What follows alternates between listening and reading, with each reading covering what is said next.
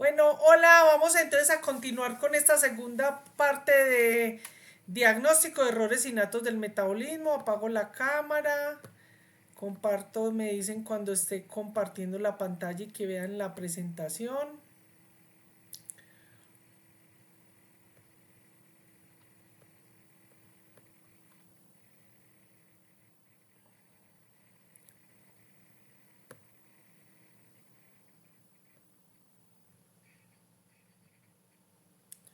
Muy bien, entonces vamos a continuar. Fíjese que estábamos viendo esa parte clínica, esa clasificación clínica que obviamente va muy de la mano con esos paraclínicos de laboratorio. Pero de todas maneras, hago esta parte de pruebas paraclínicas porque quiero mencionar que la mayoría de estas enfermedades, esas pruebas paraclínicas o en nuestro sistema de salud, recordemos que tenemos cuatro niveles, el primero, segundo, tercer o cuarto nivel. Entonces, estas que estamos viendo acá son estas pruebas de primer nivel que tenemos acceso todos, que incluso pueden llegar a ser muy económicas para que la familia apoye esto cuando, como ahorita que estamos viendo en un sistema de salud complicado. Entonces, pruebas tan elementales como el hemograma, el citoquímico de orina, un extendido de sangre periférica, una química básica como de glicemia, las transaminasas, las bilirrubinas, medir el amonio, los gases venosos, los electrolitos, sustancias reductoras. Todos estos tipos de paraclínicos nos pueden ayudar a guiar el diagnóstico. Ojo, en su gran mayoría, estas pruebas no nos van a dar el diagnóstico final. Muy poquitas de ellas nos van a dar el diagnóstico. Existen incluso algunos errores innatos del metabolismo que la clínica, más por ejemplo los valores de electrolitos o de gases arteriales o el hemograma, en una constelación que se haga, pueden hacer el diagnóstico porque no existen más pruebas paraclínicas. Pero pensar siempre que aunque usted no tenga todas esas tecnologías o todos esos eh, sí, biotecnologías y laboratorios de alto nivel, usted con lo poquito que tiene puede guiar su diagnóstico. Pero además de eso, vamos a ver unas características. Lo pregunto en el examen. Estas diapositivas las pregunto en el examen.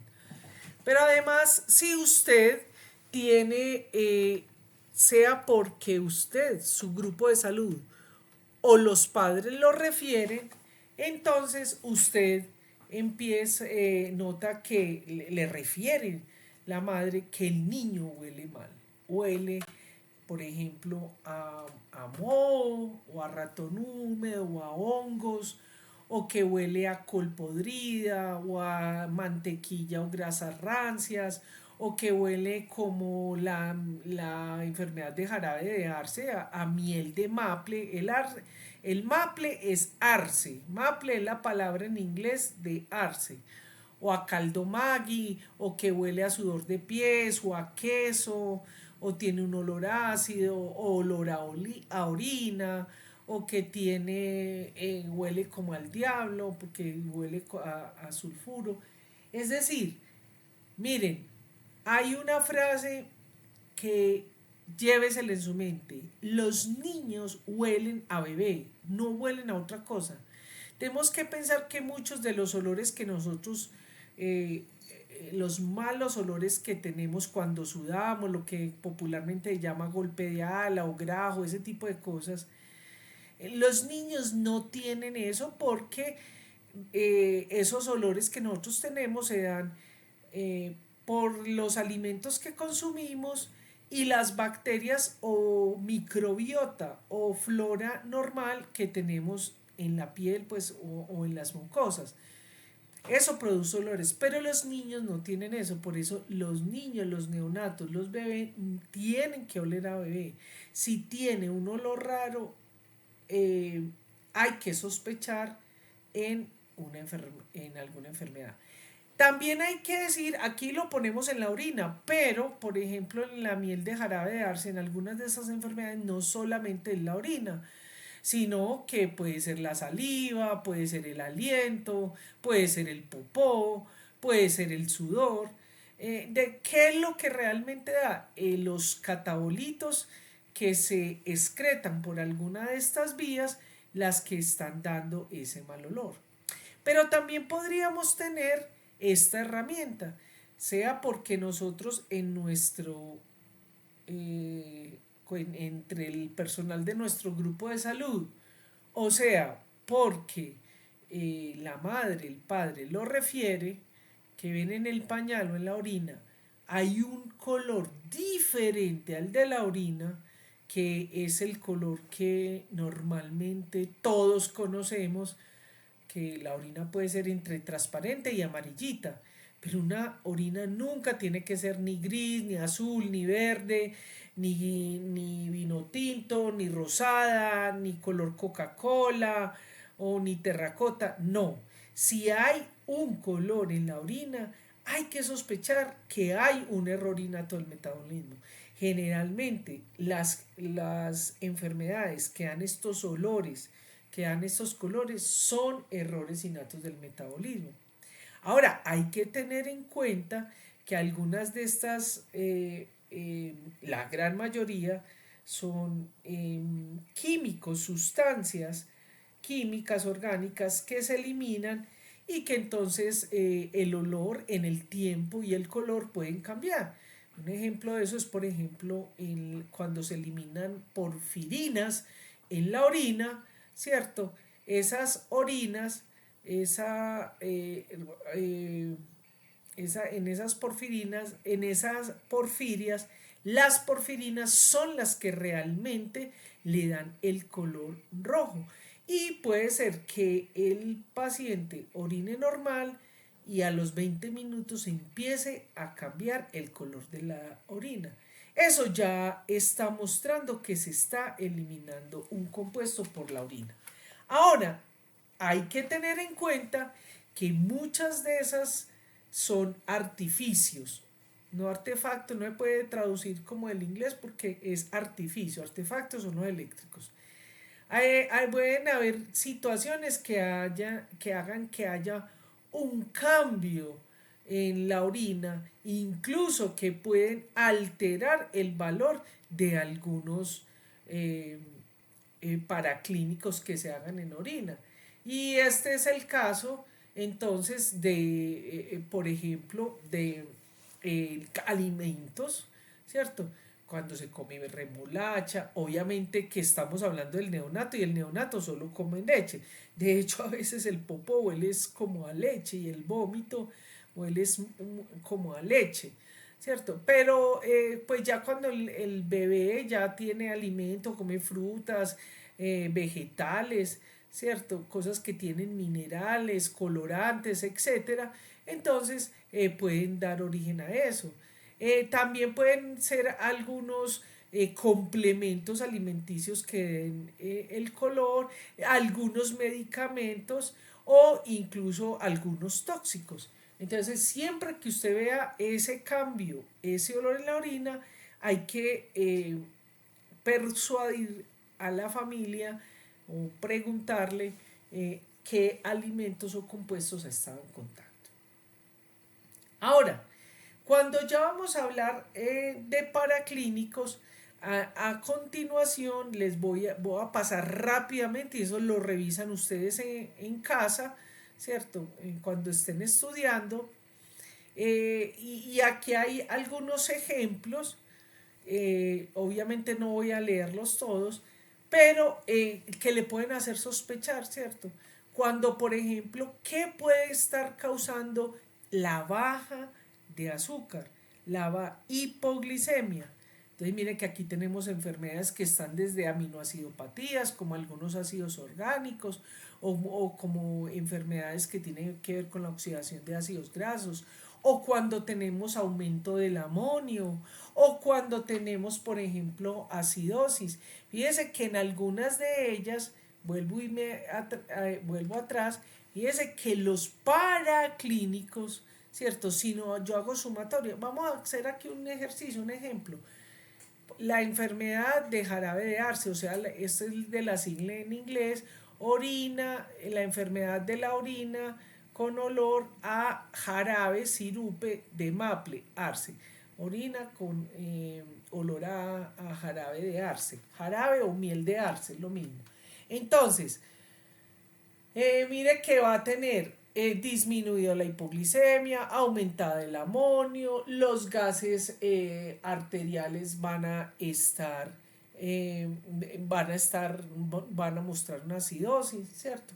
Pero también pueden haber otros paraclínicos como la urea, el ácido úrico, que puede ser o en aumento o en disminución, las transaminasas. Yo lo que quiero, queridos estudiantes, con este tipo de ayudas es reivindicar la medicina general, el laboratorio clínico de primer nivel. Todas estas pruebas las hacen en el primer nivel. Y más aún, este ha sido un discurso mío durante todos estos años que ya vamos a cumplir 15 años de estar dando este curso. Pero hoy en día, fíjese que con las nuevas directrices del sistema de salud, entonces va a estar orientada hacia el enfoque, es hacia el primer nivel. Entonces mira aquí cómo las transaminasas, ¿cierto? Le pueden estar ayudando a usted. Por eso lleves estas ayudas para su vida. Si no me llama cuando esté ejerciendo, yo se las mando nuevamente para que usted pueda hacer los diagnósticos. Fíjese la creatinina, las fosfatasas alcalinas, incluso los lípidos, los triglicéridos, algunas enzimas, por ejemplo, que nosotros tenemos la posibilidad, como la lactato deshidrogenasa, o puede ser, por ejemplo, enzimas que tienen que ver con el páncreas. Todos esos paraclínicos de rutina nos pueden guiar el diagnóstico. También hay que pensar en esto de paraclínicos es cuando su paciente está, y eso lo vamos a ver en el tratamiento, esto vuelvo y lo repito en la clase de tratamiento, usted tiene que pensar que su paciente tiene unas manifestaciones clínicas y puede estar en una crisis aguda. Y esa crisis aguda hay que sacarla. Ahí usted no le tiene que dar nombre y apellido a la enfermedad. Usted ahí no tiene que dar el diagnóstico final. Su objetivo es que usted haga un diagnóstico, una impresión diagnóstica o sospecha diagnóstica, ¿cierto? Y que mantenga la vida de su paciente. Y de otro lado, que todas esas manifestaciones no vayan a llevar a deterioros que pueden ser irreversibles, como es el retardo mental. Bueno, pero hasta aquí vamos a ver esto. Pero hay que tener en cuenta que en el momento en que nosotros tenemos esas manifestaciones clínicas, hay que tomar unas muestras que son las que pueden servir para hacer el diagnóstico. Lo pregunto en el examen. Por esa razón, usted tiene que mandar al laboratorio a que conserve esa muestra, tanto de orina como de sangre, o de líquido cefalorraquídeo. O cuando lo toman para el tamizaje neonatal o porque hayan algunas pruebas que hagan en el hospital donde usted esté trabajando, el papel filtro. Entonces, en conclusión de todo esto, ojo que lo pregunto en el examen. Todas las muestras hay que guardarlas a menos 20 grados centígrados. Las únicas muestras que tienen que tener consideración son la de papel filtro, que usted tiene que esperar que se seque a temperatura ambiente, tiene que guardarlo en una bolsa hermética con cierre y meterlo a menos 20 grados centígrados. Las postmortem. Aquí en Colombia no se utiliza mucho. Yo tengo que decir que en el 100% de pacientes que me han llamado sus padres y que me indican que hay el deceso del pequeño del paciente, que yo les pido encarecidamente que soliciten hacer pruebas por mortem, pues en el 100% se han negado y no lo han hecho. Pero este es un punto que hay que tratar de educar y fomentar. Porque si no se sabe la causa de la muerte del pequeño, entonces eso puede traducirse en que esa mamá vuelva a quedar embarazada y vuelva a pasar por la misma situación. Entonces por eso es tan importante diagnosticar incluso al individuo pues y hubo un deceso, que se murió. Bien, mire usted que lo último que nos saca Eurodis, que es una de las instituciones más importantes en el mundo de enfermedades raras en el mundo, dice el diagnóstico temprano, rápido y precoz. Y este es el objetivo de esta clase. Mire, ¿y por qué hay que hacer un diagnóstico temprano? Porque muchos de estos niños, las fotos que voy a mostrar, todas son de pacientes nuestros que me han autorizado la EH Río, la doctora María del Pilar Dávila, con el consentimiento de todos los pacientes para mostrarlos como lo estoy mostrando acá. Entonces, muchos de estos niños, pues obviamente se mantienen, no son diagnosticados, ¿cierto? Se duran muchísimos años y sin ningún tipo de diagnóstico y por ende se van a ir deteriorando, ¿cierto? De hecho, eso hace que los tratamientos se hagan ya cuando han tenido unos avances muy importantes. Ya incluso está estudiado que es más o menos entre unos 5 y 20 años.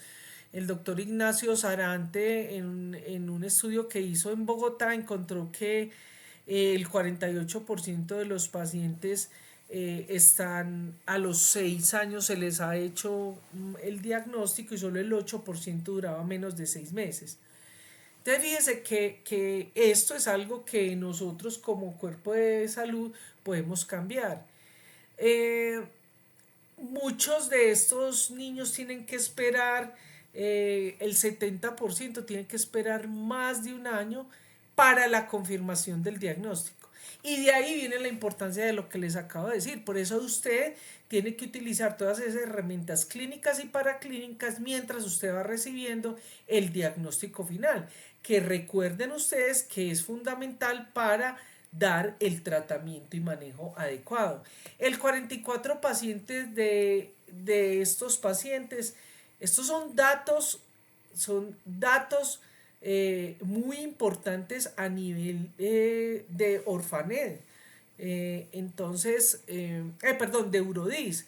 Entonces, por favor, tengamos en cuenta eso, que si bien esto es para las enfermedades raras, esto aplica totalmente y sobre todo la mayoría de los pacientes que llenan estos porcentajes son los errores innatos del metabolismo.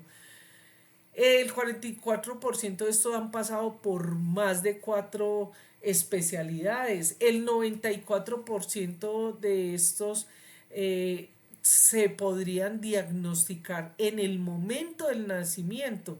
Sin embargo, como carecemos del tamizaje neonatal y de la caracterización de estos pacientes, pues entonces no se puede hacer.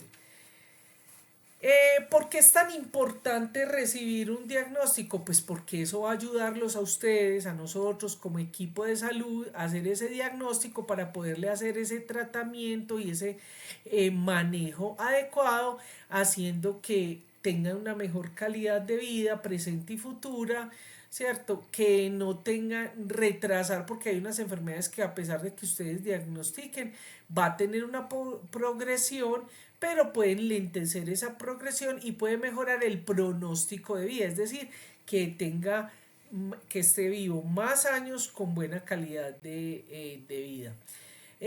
Otra de las importancias del diagnóstico es que eso va a permitir en ese núcleo familiar de ese paciente hacer una asesoría genética que previene futuros eh, individuos con la enfermedad o en su defecto que no han sido aún diagnosticados pero que pueden tener la enfermedad.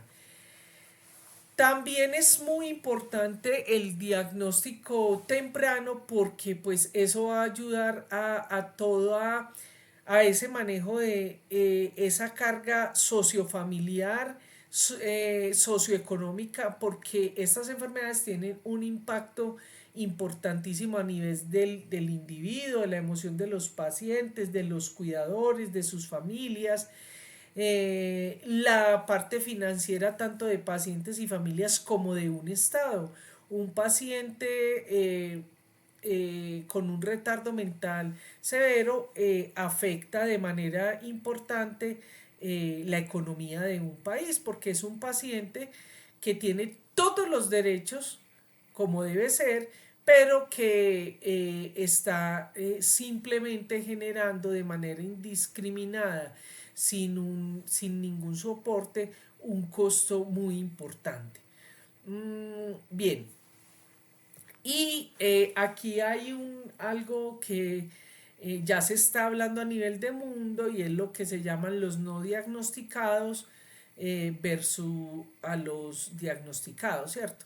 Entonces, esos pacientes no diagnosticados son aquellos que tienen unas manifestaciones clínicas, que les hacen los exámenes y que todo les sale bien, ¿cierto? Y que no pueden encontrarlo, pero que claramente el paciente está enfermo. Y muchos de ellos entonces pasan a veces rápidamente de no ser diagnosticado a lo que se llama los SWAN, es decir, los diagnosticados sin nombre.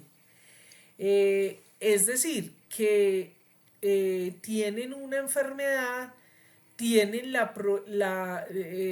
algunos paraclínicos que le indican, pero no tienen la prueba diagnóstica confirmatoria y eso es algo que se está dando de manera importante con, por ejemplo, las nuevas técnicas genéticas, como vamos a hablar del NSG, porque eso lleva a que los pacientes tengan a veces como resultado o falsos negativos o tienen variables genéticas de significado incierto.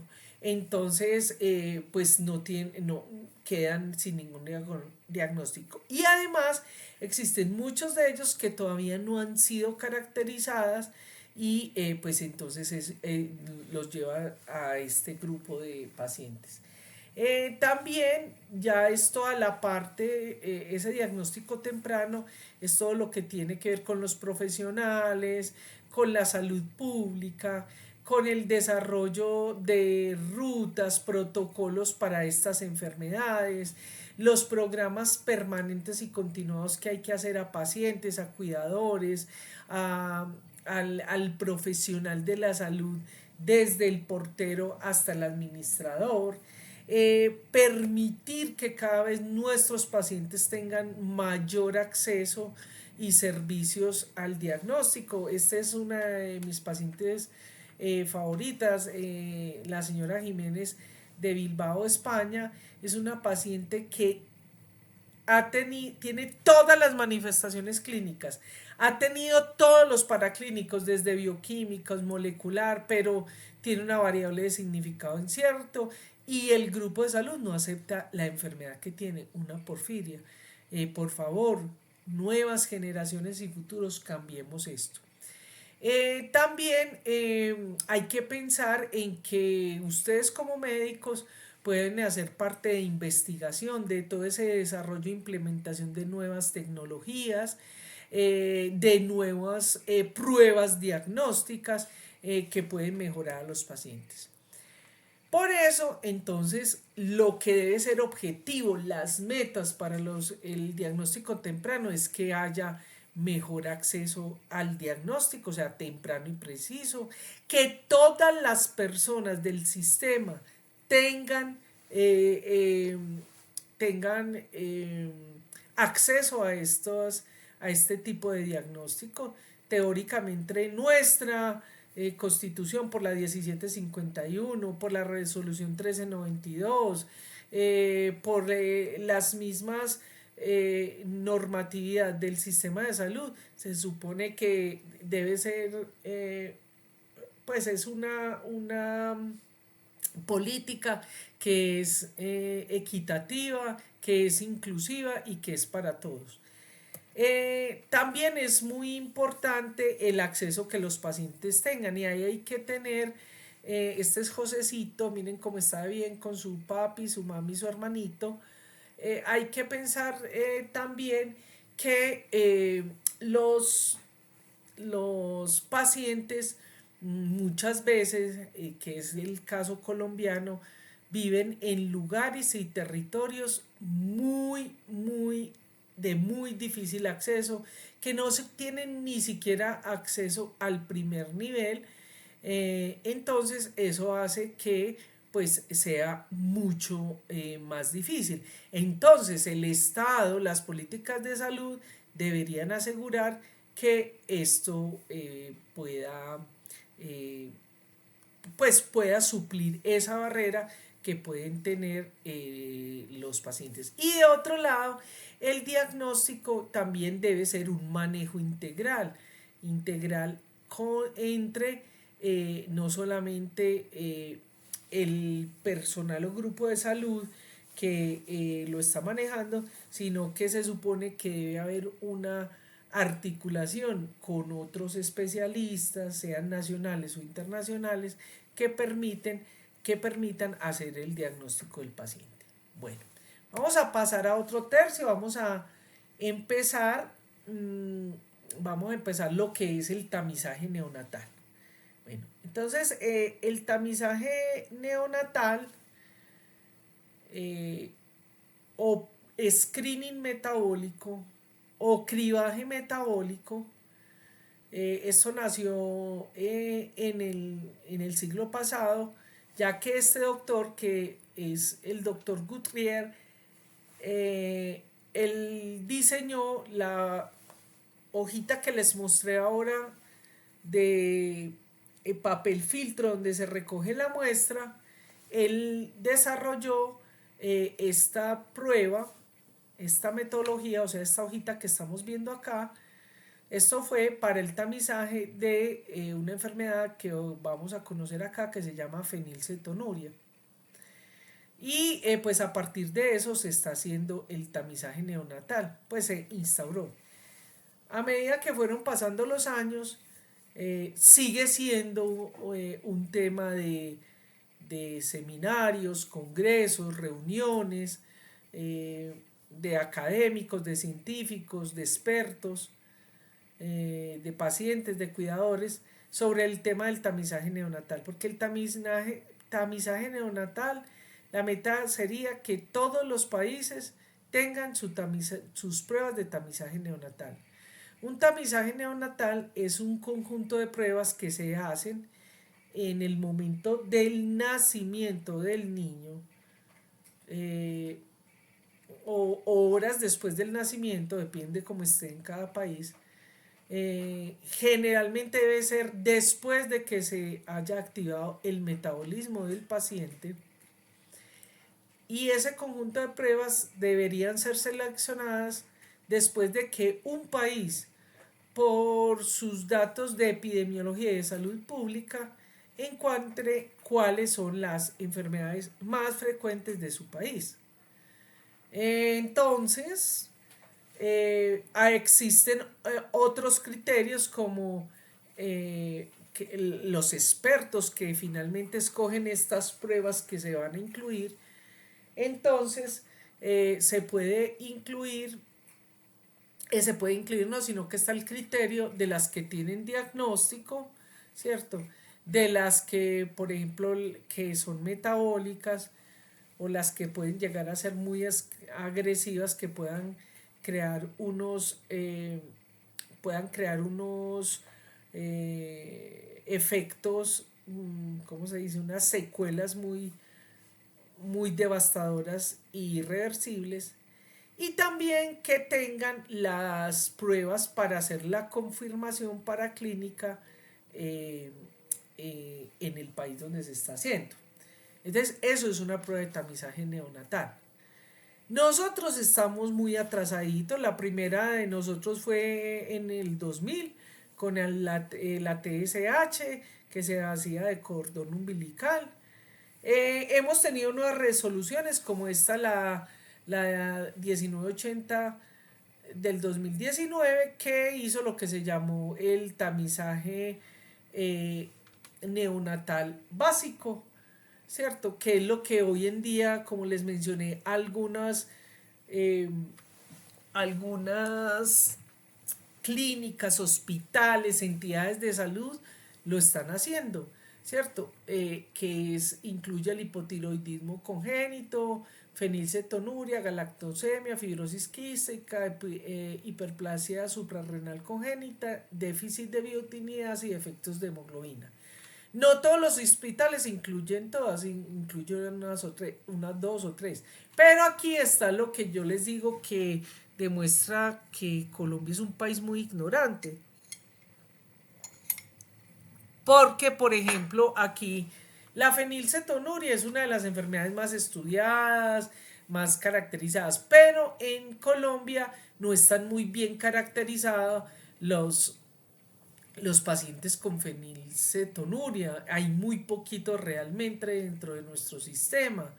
Es más frecuente la galactosemia, pero una enfermedad como la hiperglicenemia no cetósica, que está en casi todos los servicios de pediatría, de ginecología donde nacen los niños, de neonatología, están los pacientes con hiperglicenemia no cetósica, que es una enfermedad de los aminoácidos, y eso nunca se ha estudiado, nunca, y no se incluye, se debería incluir. Pero bueno, es algo que tenemos. Ya entonces el tamizaje y esta normatividad nos decía que habría un tamizaje ampliado que iba a incluir ya más o menos unas 33 enfermedades, que eso es muy bueno. Pero ¿cuál es el problema de esta normatividad? Que la normatividad estaba bueno, que estas pruebas se tenían que hacer en centros de referencia. Y hasta el momento no existe ningún centro de referencia habilitado en Colombia para hacerlo. Los 3 centros de referencia que hay para estas enfermedades son para tratamiento. Entonces, pues eso hizo que se sacara los nuevos lineamientos de técnicos y operativos para el tamizaje neonatal. Esta salió el año pasado y ahí es un poquito la confusión que se tiene porque dentro del programa de tamizaje neonatal se está diciendo, o sea, cada institución eh, pues tiene que ser garante de que tenga su programa de tamizaje neonatal y que se hagan estas pruebas, pero eso no está siendo una realidad. Muy poquitos hospitales lo tienen, ¿cierto? Donde nacen los niños y además de eso los programas de tamizaje neonatal eh, eh, deberían ser para todos y debería incluir todo lo que tiene que vimos inicialmente. Bueno, otra de las cosas que hay que hablar sobre el tamizaje neonatal es la toma de muestra, ¿cierto? Esa toma de muestra, bueno, iba esta, ¿cierto? Esa toma de muestra, entonces se hace, ¿cuál es la técnica? En la mitad del dedo grande o dedo gordo del neonato, ¿cierto? Usted hace una rachita y entre el dedo pequeñito y el siguiente hace otra rayita. Estos son los puntos, ¿cierto? Que usted corre hacia atrás el pie y le permiten hacer la punción del bebé. Eso va saliendo unas gotitas de sangre, usted tiene que dejar que salga la primera para no contaminarla con el alcohol o con lo que está haciendo la asepsia, ¿cierto? Y coloca el papel filtro. En algunos países todavía se hace así, incluso aquí en nosotros, ¿cierto? Que se toma la sangre, y que a veces es un error, la sangre se toma del cordón umbilical y se coloca en el papel filtro. En errores innatos, porque es un error? Es un error porque nosotros debemos dejar que nuestro paciente eh, se active su metabolismo. Fíjese que aquí en esta hojita que vemos acá dice tamizaje neonatal para hipotiroidismo congénito. En este caso sí se puede hacer porque aquí no necesitamos que se active el metabolismo, entonces se saca de sangre de cordón umbilical. Ahora, debemos tener en cuenta como parte del grupo de salud, recordar al equipo de salud que está ahí en el momento de que nace el niño, que se le toma, que las muestras sean tomadas adecuadamente. Lo pregunto en el examen. Entonces, todas estas formas que vemos acá, ¿cierto? No pueden hacerse el examen, por un lado. Y por otro, si nos dan resultado de eso, no es confiable. O sea, que cuando son insuficientes o cuando son sobresaturadas o que no están secas adecuadamente o que tienen coágulos o que se hace esto que es lo que se llaman los anillos de suero, o cuando están contaminadas o que se han ido por capilaridad, se han difuminado. Ese tipo de pruebas no pueden, pues nos pueden llevar a falsos positivos o falsos negativos, entonces se debería sacar. Bueno, eh, vamos a pasar entonces ahora a las pruebas especializadas. Las pruebas especializadas, como hemos dicho, y esto lo pregunto en el examen, el diagnóstico de los pacientes con errores innatos del metabolismo, sobre todo del metabolismo. Recuerde que es un error innato del metabolismo, es una enfermedad que se hereda de padres a hijos y que afecta algo del metabolismo. La mayoría de ellas, por no decir el 100%, se resuelven, se diagnostican con pruebas bioquímicas. Las pruebas moleculares son de gran ayuda, y más en nosotros que somos países pobres o en vía de desarrollo. Pero las pruebas bioquímicas son de gran utilidad. También esta frase la tiene que grabar usted. El diagnóstico se hace con una serie de pruebas que van desde pruebas eh, cualitativas, presuntivas, de fácil acceso, ¿cierto? Bueno, claro que aquí las cualitativas no son de fácil acceso, pero son pruebas de baja complejidad hasta pruebas que son de muy alta complejidad porque necesitan o tecnología muy sofisticada o tecnología que no está en el país o que son tecnologías muy costosas. Entonces vamos a empezar con esto que se convirtió en un clásico, esta foto de el doctor Uribe de los Andes. Y es esas pruebas especializadas. Nosotros tenemos que pensar que el diagnóstico de estas enfermedades, y ojo y atención con esto, porque como usted no sabe qué tiene su paciente, ¿cierto? Entonces, usted tiene que tomar tanto muestras de sangre como de orina, ¿cierto? Sobre todo porque nosotros sabemos que la mayoría de metabolitos que tienen que ver con esto se pueden detectar en suero, en orina, a veces en líquido cefalorraquídeo, como vamos a ver en algunas cosas. Hay cosas que se pueden encontrar en materia fecal, pero para siquiera hacer un abordaje se hace a través de sangre y de orina. Entonces, esas, el primer día del niño, ojo con este punto de acá, esto es lo que decía, lo que ellos colocaban, porque en ese entonces ellos esto que iban a hacer lo hacían específicamente o sea, este algoritmo se hace específicamente para medir una actividad enzimática. Pero yo la traigo a colación es porque usted tiene que pensar que ahí necesita pruebas de suero y de orina, ¿cierto? Entonces miremos acá.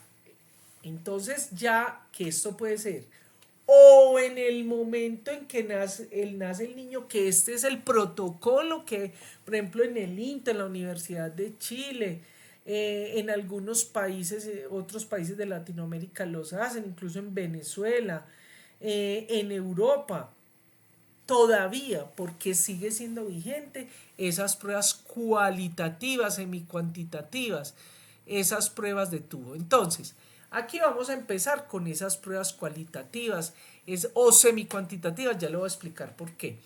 Entonces, o mejor dicho, de una vez se lo digo y ahora le repito. Esas pruebas de tubo es porque se hace una reacción, como es por ejemplo cómo se determina la glicemia hoy en día.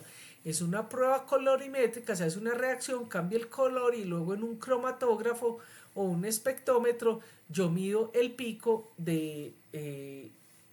y con eso puedo medir la concentración, bueno, no porque están cualitativas o semi-cuantitativas, y simplemente con detectar un pico yo puedo hacer el diagnóstico. Entonces mire que aquí están esas pruebas para clínicas que se hacen tanto en orina y sangre, las llamadas pruebas de tubo, ¿cierto? O pruebas cualitativas, se pueden pasar ya después de que según den positivas o negativas, ¿cierto? O en algunos portafolios, cuando dicen es que hacer el screening total, pues van haciendo todas estas. No solamente las de tubo, sino que hay unas que son cualitativas, ¿cierto? Como algunas cromatografías, como vemos acá, por ejemplo, cromatografías de capa fina o cromatografías en papel que siguen siendo vigentes, ¿cierto? Y ya pasar a unas más, ya las cuantitativas, ¿cierto? Que se pueden medir, cuantificar el metabolito que está alterado en cuestión. Ahora, existen algunas que se llaman semi-cuantitativas o cualitativas porque, como les digo, detectan el pico, pero no miden la concentración, la cantidad que tiene el metabolito en estudio. Pero estas pruebas nos pueden llevar a el diagnóstico del error innato del metabolismo. Fíjese que va desde pruebas muy de baja complejidad a alta complejidad. Entonces, dentro de esas pruebas tenemos las pruebas de tubo colorimétricas, que se coge la orina, el tubo, se le echa una muestra, se le echa una, un reactivo o varios reactivos y hace un cambio colorimétrico o físico que se puede hacer la lectura de ese cambio a simple vista o se puede colocar en una espectrometría. También puede entonces ahí está incluido las cromatografías de capa fina. También hay unas que son lo que se llaman por intercambio iónico. Es decir, que vienen kits comerciales que tienen una membrana y se hace el intercambio iónico para pegar la molécula en cuestión. Luego se echa el eluyente y luego se hace la detección. Puede ser por cromatografía, puede ser por espectrometría. Bueno, hay varias metodologías. En Colombia todavía seguimos haciendo la parte de espectrometría. Bien, ahora les muestro esta nuevamente, que es la del tamizaje neonatal, porque en los países que tienen programa y desarrollo de tamizaje neonatal, no solamente la prueba de papel filtro, sino que se incluye todas estas pruebas paraclínicas, tanto en orina como en sangre. Y miren que antiguamente en nuestra facultad de medicina, en el departamento de bioquímica, se hacían estas pruebas. Incluso después de que ese laboratorio se terminó como en el 2013, desafortunadamente, por las políticas, las administraciones de la universidad y de la facultad, que es lamentable, porque estas pruebas son muy informativas. Es que fíjese usted, si usted mira acá, ¿cierto? Usted claramente, por ejemplo, en una fenilcetonuria, esta es una orina normal, ¿cierto? Y usted solo con echar el reactivo cambia a verde o a este tipo de verde, mire, verde musgo, ¿cierto? O tenemos, por ejemplo, la de nitrofenilhidracina, que es para la jarabe de arce. Esta es la orina normal, miren la orina normal. Y aquí vemos que se forman unos flóculos, ¿cierto? Además del color se forman unos precipitados. O por ejemplo, en otras enfermedades, otras aminoacidopatías, que por ejemplo nitrosonoftol o el nitroprosionato de sodio, miren cómo cambia o a rojo, o a púrpura, o a azul, o a anaranjado, ¿cierto? Fíjese que miren esta, por ejemplo, en azúcares reductores, ¿cierto? Entonces, todavía sigue siendo vigente. ¿Por qué sigue siendo vigente? Porque estas pruebas, usted con echar una gota, o sea, en menos de 15 minutos, usted puede saber el resultado. Y no solamente en sangre, sino también en orina. ¿Eso le da el diagnóstico final? No. Recuerde que usted tiene que hacer sumatoria de los hallazgos clínicos, de los paraclínicos de primer nivel o los que tiene a disposición, o imaginología o lo que usted necesite, más esta prueba. Pero además de eso, ¿cierto? Si esas pruebas del laboratorio, esas pruebas de tubo, esas paraclínicas que no solamente sirven para podrían servir o se usan todavía para el tamizaje neonatal, sino para el diagnóstico. ¿Qué le va a ayudar a eso? Usted saber qué grupo de enfermedades. ¿Y por qué es importante eso? Ah, pues es importante porque una de las, y fue las razones por las que yo me dediqué a estudiar estas enfermedades, sobre todo errores innatos del metabolismo, es porque usted simplemente con hacer la restricción de un alimento, o de azúcares, o de grasas, o de proteínas, ¿cierto? Usted puede cambiar la vida o el futuro de ese paciente. Es decir, puede hacer que ese paciente que tenía que era un niño normal, hace una crisis aguda, ¿cierto? Y se puede volver un retardado mental o morirse. Entonces usted puede cambiar eso solo con hacer una restricción dietaria, como lo vamos a ver en el tratamiento. Entonces por eso es tan importante, y sobre todo en el neonato, usted saber eh, qué grupo de alimentos tiene que restringir. Porque usted no puede dejar al neonato indefinidamente sin el alimento. Entonces, de esta manera podemos ver cómo, por ejemplo, hay unas que nos van a mostrar si es por carbohidratos o por aminoácidos o azúcares complejos o, por ejemplo, porfirinas, etcétera. Bien, nosotros acabábamos de ver una foto donde nos mostraba el negativo y positivo, ¿cierto? Por ejemplo, los azúcares reductores, ¿cierto? Usted le echa y cuando es negativo da un color y cuando da positivo es otro, ¿cierto? O como les digo, en esta de la dinitrofenilhidracina, que no solamente es el cambio de color, sino que da unos como cuando se corta la leche, queda unos grumos, exactamente, un precipitado, unos flóculos, perdón. Entonces, en otros países incluso existen pruebas, estuches, así como que se llama, por ejemplo, Acetex. Los venden comercialmente y eso nos va a ayudar. Mire, fíjese que aquí en esta, usted puede mirar de acuerdo a cómo le den la prueba de la dinitrofenilhidracina, que es cualitativa, le puede llevar a usted a dar el diagnóstico de su paciente. Bien, aquí les dejo, ¿cierto? Para que lo revisen. Esto es de este libro, el de Blau, también lo pueden conseguir en internet.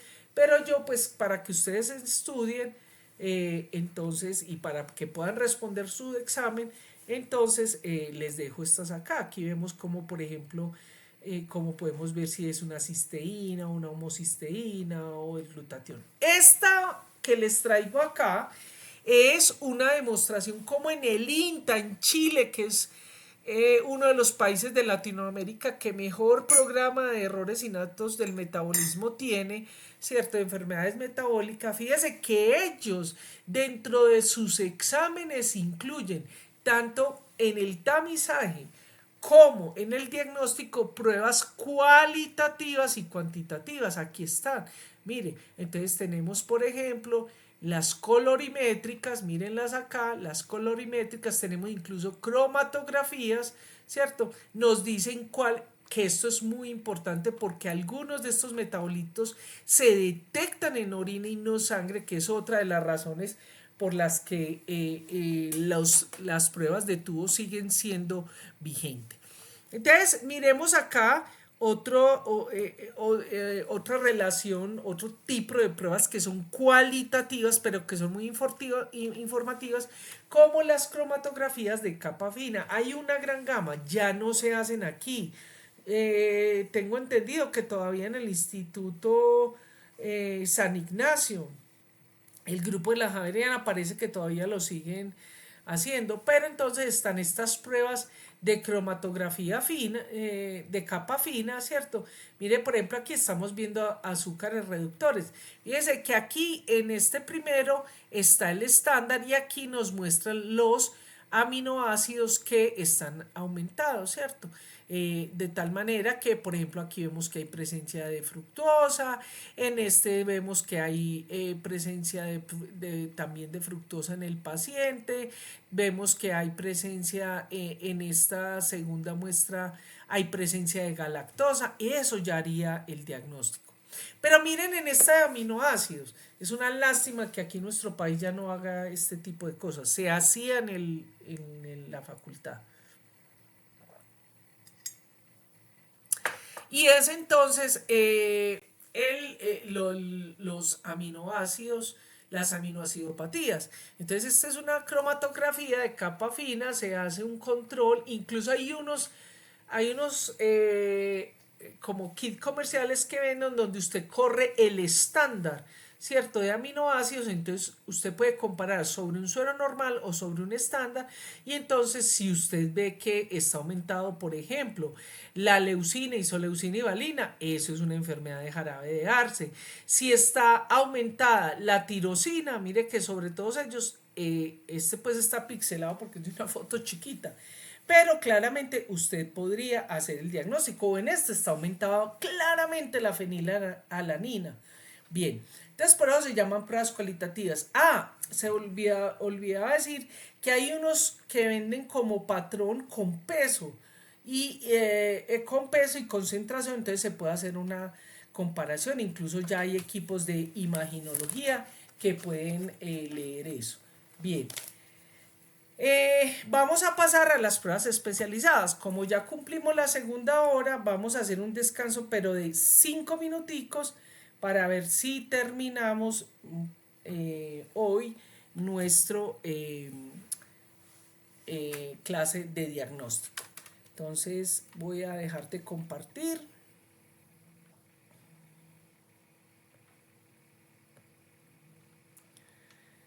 Chicos, a las y 20 volvemos a empezar, ¿vale?